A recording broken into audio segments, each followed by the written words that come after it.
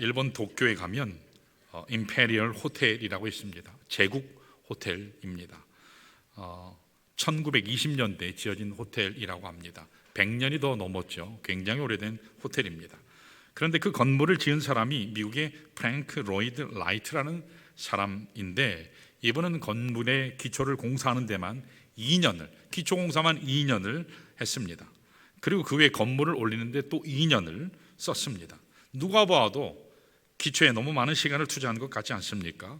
실제로 공사가 끝난 후에 쓸데없는 것에 낭비를 너무 많이 한 대표적인 건축 사례로 소개되기도 했습니다. 그랬는데 1923년 건축된 후에 꼭 3년 후인 1923년도에 강도 7.9의 지진이 도쿄를 강타했습니다. 그곳 안에 있는 도쿄 안에 있는 대부분의 건물이 다 무너졌어요. 도로가 유실되고 다 망가졌습니다. 사람들이 엄청나게 많이 죽는 참사가 벌어졌는데 제국 호텔만은 아무런 데미지가 없이 멀쩡했습니다. 그 안에 있는 사람들은 아무 문제가 없었어요. 이유가 무엇입니까? 기초를 견고하게 만들었기 때문입니다. 여러분 평소에는 잘 몰라요. 그러나 기초를 흔드는 지진이 찾아오면 그때 기초의 진가가 드러나는 것입니다. 우리 신앙생활도 꼭 마찬가지입니다. 많은 사람들이 외형을 중시하고 화려한 장식이나 업적을 중요하게 생각하지만 더욱 중요한 것은 우리 신앙의 뿌리가 무엇이냐라는 것입니다. 우리 믿음이 어떤 기초에 세워졌느냐, 이게 진짜 중요합니다. 그러므로 우리의 신앙생활을 바른 믿음 위에 세우는 것, 대단히 중요한 과제가 아닐 수 없습니다. 자, 그렇다면 우리 신앙생활을 어떤 믿음 위에 세우면 견고할까요? 물론 해답은 하나님을 믿는 믿음이죠. 하나님 믿는 믿음이 우리의 기초입니다. 자, 그런데 문제가 있습니다. 사람들은요, 하나님을 믿긴 다 믿어요. 그런데 나름대로 믿습니다. 각자 스타일대로 믿습니다. 나름대로 하나님을 다 믿는다고 고백은 하지만 하나님에 대한 컨셉이 사람마다 다르다는 것입니다. 그래서 토마스 카너라고 하는 유명한 조직 신학자가 있는데, 이분은 이제 침례 교단의 원로 신학자이기도 합니다. 이분이 그런 말씀을 하셨습니다. 하나님에 대한 우리의 개념이 신앙생활에 대한 칼날을 결정한다. 그런 말을 했습니다. 다시 말씀드리면 하나님을 어떤 분으로 인식하느냐에 따라서 그 사람의 신앙생활의 형태가 다 달라질 수 있다는 겁니다. 자, 제가 5가지 예를 한번 들어볼게요. 자, 어떤 분들은 하나님을 무서운 분으로 생각을 해요. 하나님 하면 두려운 분, 무서운 분으로 생각합니다. 정죄하시는 분, 심판하시는 그런 분으로 인식을 해요. 여러분 잘 아시는 마틴 루터가 하나님을 그런 식으로 인식을 했습니다. 엄격한 아버지 밑에서 학대를 받으면서 자란 탓에 하나님을 두려워했습니다. 이와 같은 사람은 일반적으로 율법적인 하나님을 추구하게 되어 있어요. 그래서 마틴 루터도 처음에는 그렇게 했다가 나중에 칭의의 은혜를 깨달은 후에 종교 개혁을 시작한 것입니다. 자, 2번째 모습을 보면 어떤 분들은 하나님을 한없이 사랑이 많은 좋은 분으로 인식해요. 그래서 우리가 무슨 일을 해도 하나님은 오케이, 죄를 지어도 오케이, 그냥 우리가 어떤 잘못을 하면 무조건 지나쳐 주시는 좋은 하나님, 그런 하나님으로 인식을 해요. 물론 이것도 귀한 컨셉이죠. 하나님은 사랑의 하나님이니까. 그런데 이렇게 인식하는 분들은 대체적으로 하나님의 심판을 인정하지 않아요. 지옥의 존재마저도 인정하지 않습니다. 좋은 하나님이 지옥을 만드실 이유가 없다라는 거예요. 또 어떤 분들은 하나님을 열정적인 분으로 인식을 해요. 뜨거운 불 같은 분으로 인식합니다. 이런 분들은요, 본인도 뜨거워요. 본인도 열정적일 때가 많습니다. 또 어떤 분들은, 조금 지적인 분들은 하나님을 지성적이고 논리적인 분으로 인식하기도 합니다. 한때 유럽에 번져갔던 신론 중에 자연신론이라는 게 있었어요. 이게 이원론인데, 사실은 18세기 계몽주의 영향으로 등장한 합리적이면서도 철학적인 신관을 말하는 겁니다. 하나님의 존재를 부인하는 건 아니에요. 하나님의 존재는 인정해요. 그러나 하나님을 이성이나 자연 법칙과 같은 존재로 생각하기 때문에 초자연적인 기적, 그런 사건을 인정하지 않습니다. 자, 그렇다면 여러분들은 어떤 성향을 가지고 계세요? 하나님을 어떻게 인식하세요? 한국교회 성도들은요, 다는 아니지만 많은 분들이 하나님을 복 주시는 분이라고 인식해요. 하나님을 복 주시는 분으로 인식합니다. 복만 빌려고 교회에 나오는 분들이 있어요. 아마도 이와 같은 현상은 우리나라의 오래된 무속신앙이나 샤머니즘의 영향이 아닌가 그렇게 생각합니다. 자, 이렇게 나름대로 다 하나님을 믿는다고는 하지만 실제로 믿음의 내용은 다 달라요. 그래서 단순히 하나님 믿는다 고백하는 것으로 충분하지 않아요. 그 사람이 도대체 어떤 기초 위에 하나님을 믿는지 알 길이 없어요. 하나님을 믿는다고는 하는데 글쎄 그런 삶의 모습을 볼 수 있지 않습니까? 자, 내가 믿는 하나님은 어떤 분이신가? 성경이 말씀하는 하나님이 누구신가를 바르게 인식하고 이 바른 기초 위에 신앙을 세워야지 우리의 삶이 흔들리지 않게 되는 겁니다. 자, 여러분들은 어떤 믿음 위에 신앙을 세우면서 살고 계시는가 모르겠어요. 우리가 바른 믿음 위에 서서 진실로 하나님을 하나님 되게 하려면 무엇이 필요할까? 오늘 본문을 통해서 좀 같이 묵상하기를 원합니다. 자, 오늘 읽은 본문은요, 이스라엘 백성, 이스라엘 이 민족이 가지고 있었던 잘못된 믿음의 기초, 너희들이 그 믿음이 잘못됐어 하나님이 책망하시고 계시는 내용이에요. 믿음이 잘못됐어 하고 책망하고 계세요. 자, 우리 1절을 한번 볼까요? 1절에요. 자, 같이 한번 읽습니다. 시작. 이스라엘아, 너는 이방 사람처럼 기뻐 뛰놀지 말라. 내가 음행하여 내 하나님을 떠나고 각 타작 마당에서 음행의 값을 좋아하였느니라 그랬습니다. 많은 성경 주석가에 의하면 지금 여기 있는 본문의 배경은 추수감사절, 추수감사 축제를 배경으로 기록했다 그렇게 이야기해요. 여러분, 농부가 추수를 해서 수확을 많이 거뒀어요. 수확했어요. 그럼 어떻게 하는 게 당연하죠? 기뻐하는 게 당연하죠.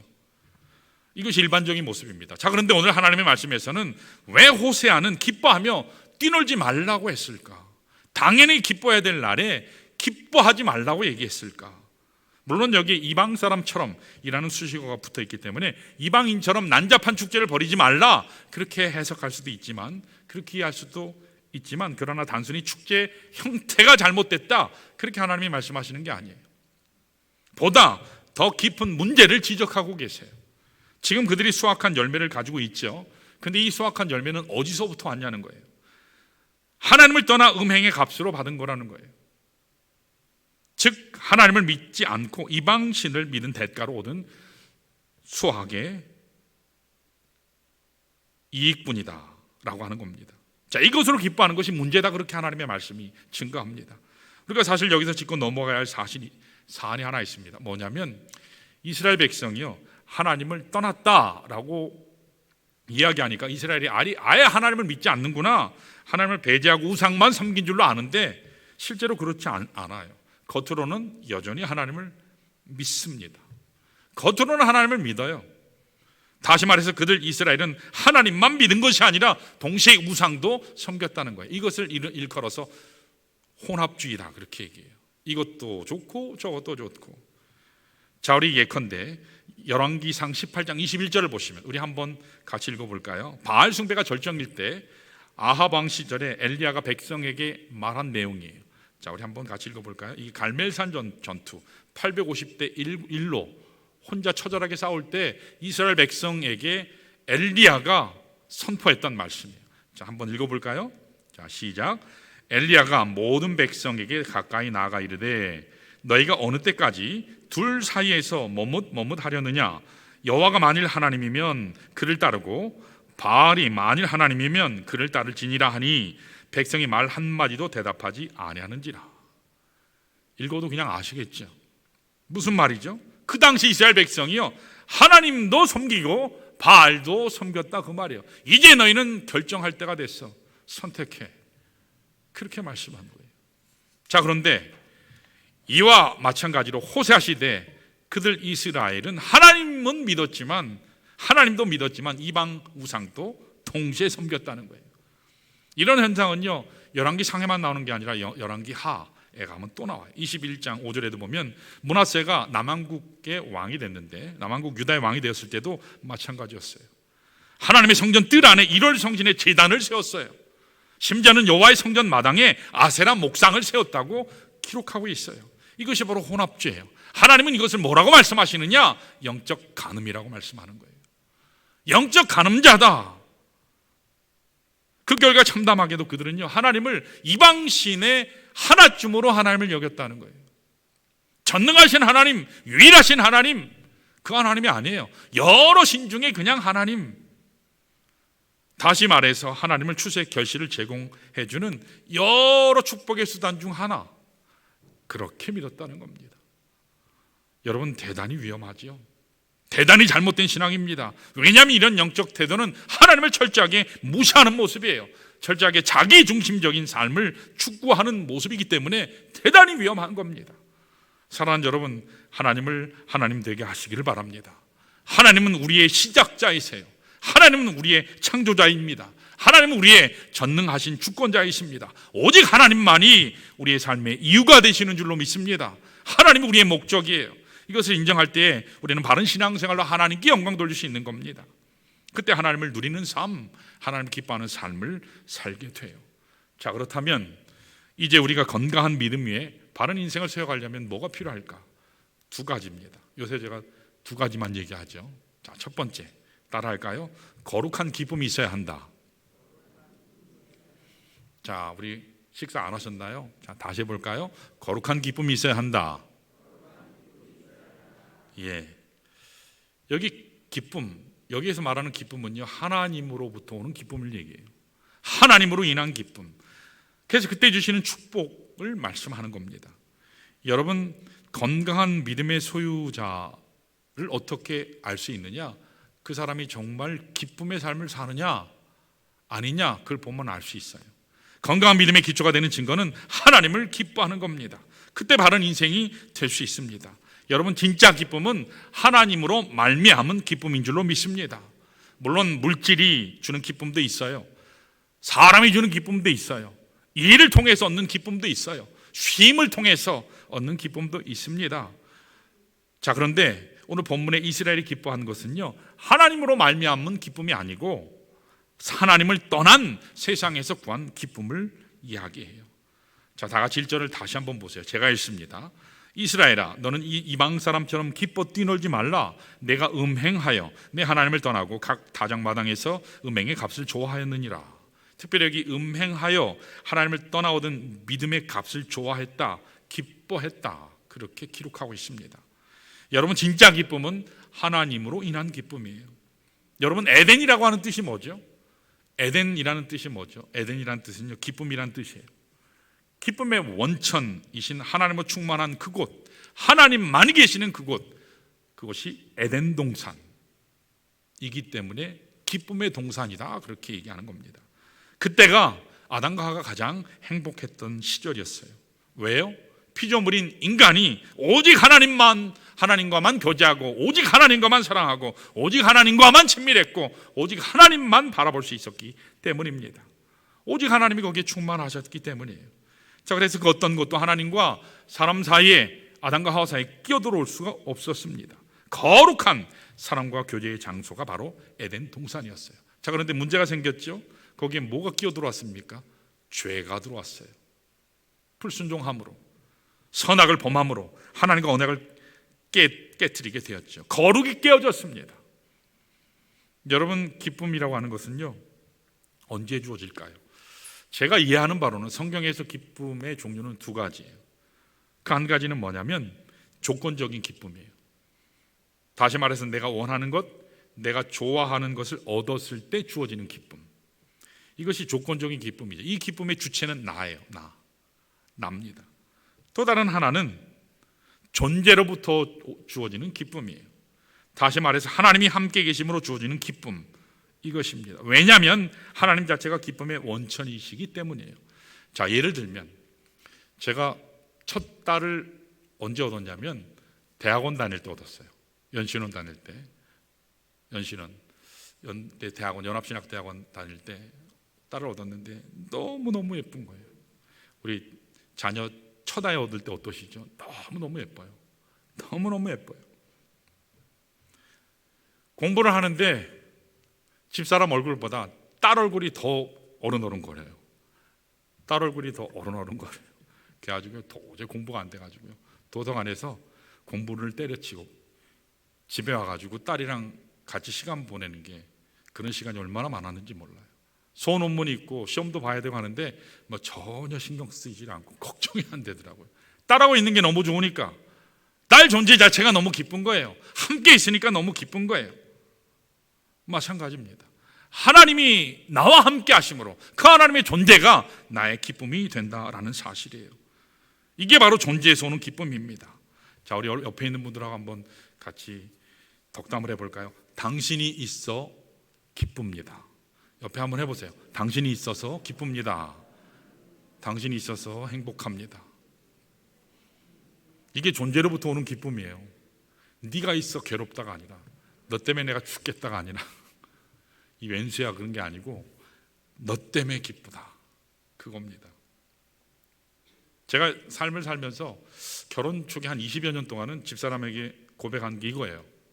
하나님께서 나를 위해서 창조해 주신 여인이 당신이라고, 하나님이 당신을 나에게 주셨다, 늘 고백했어요. 물어보세요. 거짓말이 아니에요. 지금은 뭐라고 고백할까요? 지금 뭐라고 고백할까요? 당신의 존재가 나에게 기쁨이야. 그래요. 당신이 함께 있어 나는 참 좋아요. 당신이 있어서 참 좋아요. 여러분 부럽죠? 우리 형제들 그렇게 고백하시기 바랍니다. 아내에게 그렇게 고백하셔야 돼요. 우리 자녀들에게, 우리 하나님의 성도들에게 그렇게 여러분 고백하시기 바랍니다. 저는 여러분들이 있어서 참 기쁩니다. 이럴 때 크게 아멘을 하셔야죠. 여러분들이 있어서 괴롭습니다가 아니라 우리 성도들이 계셔서 저는 기뻐요. 여러분, 하나님의 말씀에 보면 이 3차 포로 기한, 이스라엘이 자기 나라 땅을 잃지 않습니까? 3차 포로 기한으로 고국 땅에 돌아오죠. 그 당시 총독이 느헤미야였고 제사장 겸 학사가 에스라인데, 이들이 우여곡절 끝에 이 하나님의 은혜로 52일 만에 성벽 건축을 마쳤습니다. 그리고 그들이 한 게 뭐냐? 하나님 앞에 예배드린 거예요. 흩어졌던 두루마리 하나님의 말씀을 다 집대성에서 편집해서 그 하나님의 말씀을 읽으면서 하나님께 예배드리는데, 그 예배드릴 때 그 기쁨의 눈물을 흘려요. 기쁨에 북받쳐서.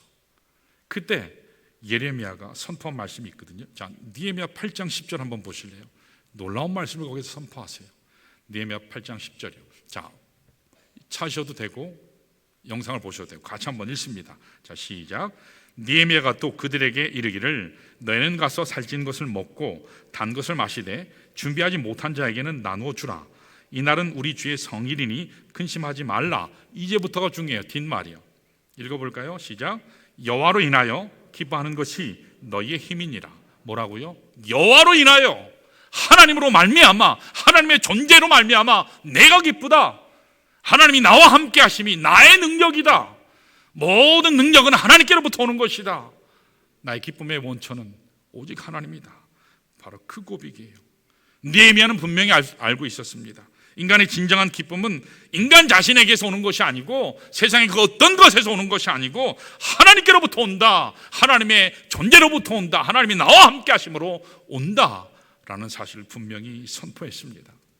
여러분, 그런데 이런 고백이 얼마나 놀라운 고백인지 아세요? 지금 나라가 없어요.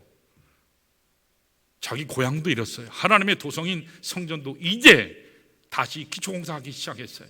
몇 년 동안 나라를 잃어버린지 아세요? 몇 년 만에 온 줄 아세요? 300년 만에 온 거예요. 300년이요. 일제강점기 36년 버티는 것도 쉽지 않았잖아요. 근데 300년이요.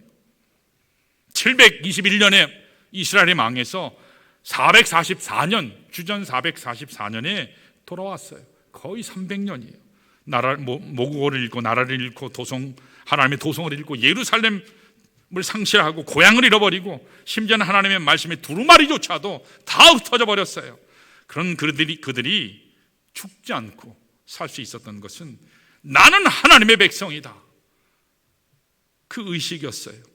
하나님을 믿는 신앙이었어요. 하나님이 나와 함께 하신다. 어떤 경우에도 하나님이 함께 하신다. 그 고백이었습니다. 사랑하는 여러분, 하나님을 기뻐하시기를 축원합니다. 하나님을 기뻐하셔야 돼요. 하나님 기뻐하는 것이 우리의 능력인 줄로 믿습니다. 하나님을 기뻐해 보세요. 그러면 하나님이 우리에게 기쁨을 허락하세요. 물질의 양의 많고 적음이 나의 진정한 기쁨이 아닙니다. 권력이 많고 적음이 우리의 기쁨의 원천이 아닙니다. 수요일날 있을 대선에서 내가 지지 않은 후보가 선출되는 것이 우리의 기쁨의 원천이 아닙니다. 여러분, 기도 많이 하셔야 돼요. 대선 참여율이 90%가 아마 넘는다는 보도가 있지 않습니까? 굉장히 좋은 소식이에요. 그러나 한편으로는 굉장히 염려되는 소식이기도 합니다. 왜냐하면 참여율이 높다고 하는 것은 그만큼 나라 걱정 많이 한다는 좋은 면이기도 하지만, 걱정되는, 염려되는 부분은 승리하는 쪽은 좋겠지만 패배하는 쪽은 패배감으로 또 국론이 분열되고 이전보다 더 반목과 갈등이 심화될까 봐 그게 걱정이에요. 그래서 우리 기도 많이 하셔야 돼요. 여러분, 이 모든 것은 다 가변적이에요. 다 지나가는 겁니다. 있다가도 없는 것입니다. 거기에 우리의 삶을 걸고 운명을 걸고 전부를 걸면 여러분 반드시 실망해요. 피눈물 흘립니다. 그러나 하나님은 영원하십니다. 하나님은 나와 함께 하십니다. 그 하나님을 여러분 기뻐하시기를 축원합니다. 그 하나님을 기뻐하면 우리 삶 가운데 능력이 충만하게 됩니다. 하나님만이 우리에게 의지할 자라는 사실이에요. 여러분, 그렇다면 하나님으로부터 우리에게 기쁨이 주어지는데, 그렇다면 이제 우리가 해야 될 일이 뭘까요? 하나님이 우리에게 기쁨을 주시는데 그럼 나는 하나님 앞에 뭘 해야 될까요? 이제 하나님을 기쁘시게 하는 일을 해야 돼요. 그게 뭘까요? 지금 여러분들이 하고 계시는 거예요. 예배입니다. 예배로 하나님을 기쁘시게 하시기를 축원합니다. 예배자로 하나님을 기쁘시게 하는 거예요. 그럼 그 증거가 어디 있을까요? 로마서 12장 1절에 우리가 지금 암송하고 있죠. 거기에 나와요. 우리 한번 읽어볼까요? 로마서 12장 1절. 암송하는 분들은 암송하셔도 되고. 자, 한번 읽습니다. 시작. 그러므로 형제들아, 내가 하나님의 모든 자비하심으로 너희를 권하노니 너희 몸을 하나님이 기뻐하시는 거룩한 산 제물로 드리라. 이는 너희가 드릴 영적 예배니라. 분명히 말씀하셨죠. 하나님이 기뻐하시는 것은 뭐요? 예배라고 그랬어요. 영적인 예배라고 했어요. 거룩한 산 제사물로 드려지는 예배. 너희들이 예배자로 되어서 나를 찾을 때 그때 내가 가장 기뻐한다 말씀하셨습니다. 우리 따라해 볼까요? 거룩한 기쁨은 거룩한 예배를 드릴 때 주어진다. 여러분, 거룩한 기쁨은요, 거룩한 예배를 드릴 때 주어지는 거예요. 사랑하는 여러분, 다른 것은 부족해도 다른 것은 좀 모자라도 될 수 있어요. 그러나 예배만큼은 여러분 항상 승리하시기를 축원합니다. 예배 자리에서 여러분 하나님께서 주신 기쁨이 있습니다. 하나님이 주시는 능력이 있어요. 하나님이 주시는 나의 삶의 이유 가치가 있기 때문에 절대로 예배는 실패해서는 안 될 줄 믿습니다. 그래서 준비된 심령, 준비된 시간, 준비된 태도, 준비된 물질로 하나님 되게 하시기를 간절히 축원합니다. 자, 이와 같이 건강한 믿음으로 바른 인생을 세워가려면 먼저 하나님으로 말미암은 거룩한 기쁨이 있어야 돼요. 자, 두 번째, 따라 하실까요? 사랑의 회복이 있어야 한다. 여러분, 하나님을 하나님으로 섬기려면 먼저 하나님으로 말미암은 거룩한 기쁨이 있어야 되고, 두 번째는 사랑의 회복이 있어야 돼요. 자, 우리 10절을 한번 볼까요? 10절이요. 잘 한번 보세요. 이런 고백은 성경에 거의 안 나와요. 자, 거의 안 나와요. 한번 같이 읽습니다. 하나님이 고백하신 거예요. 이스라엘 향해서. 읽습니다. 시작. 옛적에 내가 이스라엘을 만나기를 광야에서 포도를 만남같이 하였으며 너희 조상들을 보기를 무화과 나무에서 처음 맺힌 첫 열매를 봄같이 하였거늘 그들이 바알볼에 가서 부끄러운 우상에게 몸을 드림으로 저희가 사랑하는 우상같이 가증하여졌도다 말씀했습니다. 지금 하나님께서 과거 이스라엘이 어떠했는가, 과거 이스라엘 너희 조상들이 어떠했는가 말씀하고 계세요. 한마디로 얘기하면 지금 첫사랑을 얘기하세요. 사랑을 얘기하세요. 여러분, 첫사랑하면 어떠세요? 설레세요. 먹고 사는 게 너무 힘들어서 아무 생각 없습니다. 근데 하나님의 말씀이, 오늘 말씀이 하나님이 설레셨대요. 설레셨대요. 하나님께서 이스라엘을 처음 만나셨을 때 설레셨다고 말씀해요. 광야에서 만난 포도송이 같이 굉장히 신선했어. 프레시했어. 제철에 막 익은 무화과 나무의 첫 열매처럼 시원했다. 아주 향기로웠다. 신선했다. 그렇게 말씀해요. 자, 그런데 그런 그들이 바알볼에 이르자 우상의 몸을 바치고 여호와 가장 싫어하시는 음행자가 됐다. 그렇게 말씀해요. 한마디로 뭐죠? 첫사랑 잃었다, 그 말이에요. 첫사랑을 잃었다. 여러분, 첫사랑을 잃어버린 내용이 7절에서 9절에 나와요. 호세아서는 성경에서 가장 난해한 성경 중에 하나예요. 왜냐하면 사본 자체가 많이 남아있지 않고 아직도 여전히 번역 작업 중에 있어요. 그래서 여러분 성경 읽어보시면 이해가 잘 안 돼요. 잘 안 돼요. 어려워요. 그래서 신학자들이 가장 어려워하는 책 중에 하나가 호세아서예요. 그 중에서도 오늘 본문 7절에서 9절이 제일 어려워요. 제 경험은 그래요. 자, 그런데 여기 있는 말씀을 제대로 잘 묵상하시면 엄청난 하나님의 말씀의 은혜를 볼 수 있습니다. 자, 첫사랑을 상실한 이스라엘의 가장 큰 증상, 죄의 모습이 뭔지 아세요? 그 죄의 모습은요, 하나님을 무시하는 거였어요. 하나님을 무시했어요. 첫사랑을 잃고 나니까 하나님이 아닌 거예요. 하나님을 무시해요. 그래서 그 네 가지 모습이 있거든요. 자, 첫 번째 증상은 7절 중반부에 나와요. 자, 이렇게 나와요. 여러분들이 한번 잘 찾아보셔야 돼요. 선지자가 어리석었고 라는 대목이 나오거든요. 선지자가 어리석었고 신에 감동하는 자가 미쳤나니 라는 부분이 있어요. 여러분 성경을 펴서 체크하실 수 있는 분, 아니면 주보에 체크하실 수 있는 분들은 동그라미를 쳐보세요. 이 부분은 이스라엘이 호세아 선지자를 비난하면서 한 말이에요. 얼핏 보면 같은 말이라고 생각하는데 문맥이 달라요. 그래서 영어 성경이나 원래 표준 세번역 성경만 봐도 구별이 되어 있어요.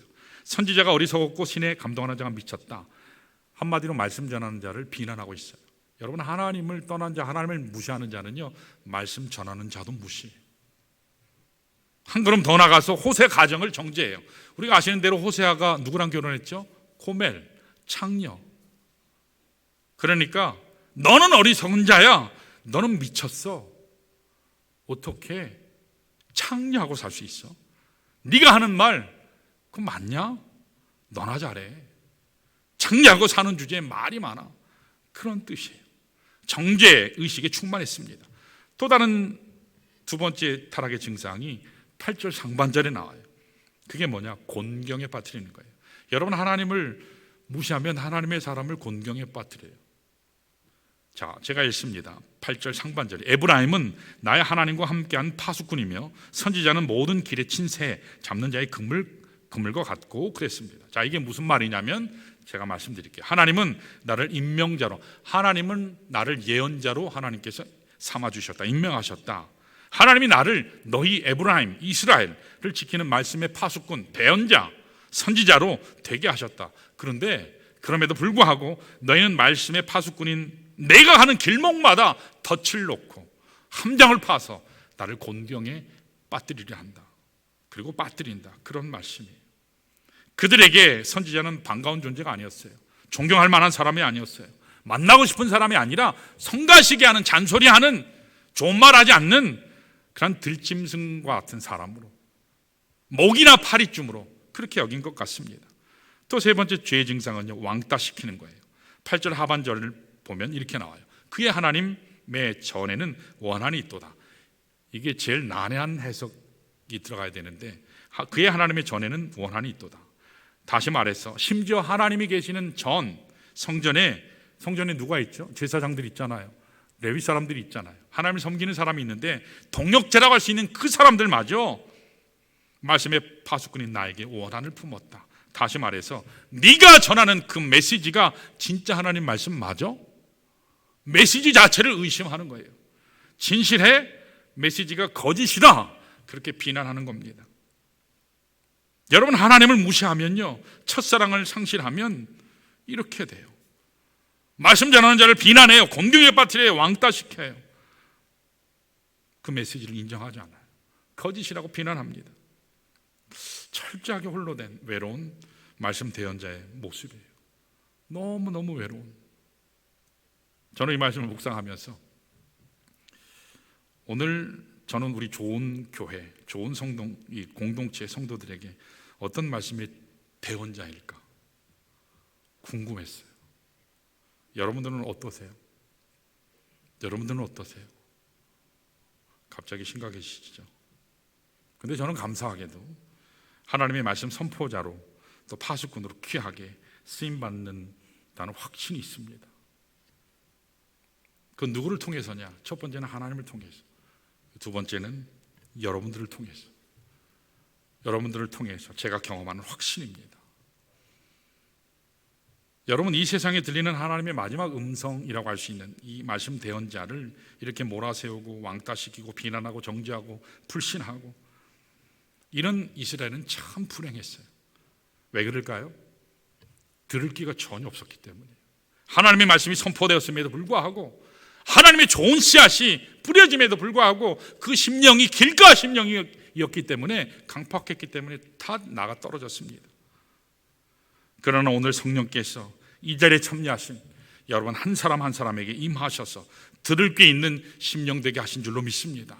들을 게 있는 심령은 너무너무 복된 심령입니다. 제가 지난주 수요일 날 지구부를 마치고, 목사가 하면 주로 뭘 할까요? 말씀 보고 앉아 있는 거죠. 계속 말씀 보죠. 목양실에 돌아와서 책상에 이렇게 딱 앉아서 말씀을 읽고 있습니다. 근데 그때 집사람이 의자 뒤로 이렇게 오더니 제 어깨를 이렇게 안마해줘요. 왜 해줄까요? 왜 해줄까요? 사랑해서. 아닙니다. 자기도 안마해달라고. 내가 안마해준 것 같이 당신도 나에게 안마해달라. 그래서 가끔 와서 안마를 해요. 그럼 제가 이렇게 웃어요. 그런데 안마를 해주는데 다른 때와는 달리 손이 묵직해요. 안마를 하는데 계속 두들겨요. 손에 무언가를 들고 두들깁니다. 아령을 들고 두들겨요. 아령을 들고 막 두들겨요. 그때 제가 뭐라 했을까요? 이 사람이 나를 아령으로 두들기고 있구나. 아니면 이 사람이 지금 나한테 스트레스 풀고 있구나. 그렇게 했을까요? 아니요. 생각보다 시원하더라고요. 근데 가만 보니까 쇠뭉치 아령이 아니라, 제가 아령이 두 종류가 있는데 쇠뭉치 아령이 있고요. 하나는 이제 모래주머니로 된 아령이 있어요. 모래주머니 된 아령으로 이렇게 두들깁니다. 그때 제가 환하게 웃으면서 아내 사랑의 얼굴로 아내에게 이렇게 말했어요. 아니 왜 안마를 해주는데 기분이 나쁘지? 제가 그랬거든요. 여러분 이 말이 기분 나빠서 한 말일까요? 사랑해서 한 말일까요? 당연히 사랑해서 한 말이죠. 그때 아내도 환하게 제 말을 웃으면서 듣습니다. 여러분 이게 사랑의 모습이 아닐까 생각이 돼요. 사랑은 순수합니다. 서로만의 아름다운 경험과 기억으로 가득 차 있기 때문에 그 둘 사이에는 어떤 것도 끼어들어올 수가 없어요. 하나님과 하나님의 백성 사이도 마찬가지입니다. 여러분 요한서신과 요한계시록 말씀을, 특별히 요한 1, 2, 3, 1서, 2서, 3서를 보면 하나님의 성품을 거기에 이야기하는데, 하나님을 뭐라고 이야기하는지 아세요? 누구라고? 하나님은 사랑이시다. 하나님은 사랑이시다. 그렇게 말씀하세요. 자, 여러분들 잘 아시는 에베소 교회가 있죠. 에베소 교회가 있는데 그 에베소 교회는 하나님 앞에 놀랍게 쓰임받는 교회였어요. 놀라운 하나님의 사람들이 목회했던 곳이었어요. 자, 그런데 하나님께서 그들에게 뭐라 말씀하셨냐면요, 책망을 하셨어요. 너희 첫사랑을 버렸다고. 여러분 거기 말씀 보시면 많은 분들이 오해해요. 에베소 교회가 뭘 잘못했기 때문에 첫사랑을 잃어버렸다고 생각하는데, 에베소 교회를 보면요 사역을 열심히 했어요. 여전히 수고하고 희생하고, 특별히 이 사탄의 세력 이단에 대해서요 대단한 징계를 행하는 그런 교회였어요. 복음 열심히 전했어요. 인내했어요. 그리스도의 이름으로 견뎠다고 나와요. 게으르지 않았다고 나와요. 그런데 하나님께서 첫사랑을 잃어버렸다고. 이게 무슨 말씀이세요? 그 어떤 것을 다 해도 사랑이 우선이라는 거예요. 사랑이 빠지면 아무 소용이 없다는 겁니다. 자, 여러분 우리 고린도전서 13장을 한번 보실래요? 성경 한번 펴보시는 게 좋아요. 고린도전서 13장을 보시면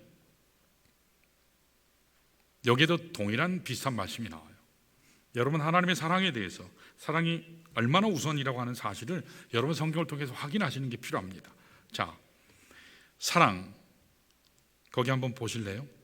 사랑은 모든 것을 우선한다고 하는데 거기에 나오는 8가지보다 우선한대요. 사랑보다 그 어떤 것도 앞서서는 안 됩니다. 자, 보세요. 1절에 13장 1절, 내가 사람의 방언이 사랑보다 앞서면 안 돼요.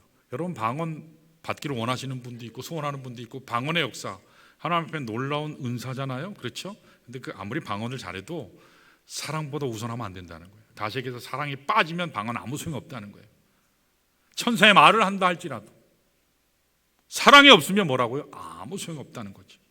예언하는 능력이 있어도 사랑이 빠져버리면 아무 소용이 없어요. 사랑이 우선이에요. 그 사람이 아무리 능력이 있고 아무리 복음의 비밀을 가진다 할지라도 하나님의 지식을 아무리 만다 할지라도 사랑이 우선해야 돼요. 사랑이 빠져버리면 아무 소용이 없어요. 산을 옮길 만한 엄청난 믿음을 행사해도 거기에 사랑이 빠져버리면 아무 소용이 없어요. 구제 아무리 잘해도 거기에 사랑이 없으면 그거 아무 소용이 없어요. 심지어는 뭐라 하는지 아세요? 3절에 내 몸을 불사르게 내어줄지라도 순교할지라도 아무 소용없다고 얘기해요.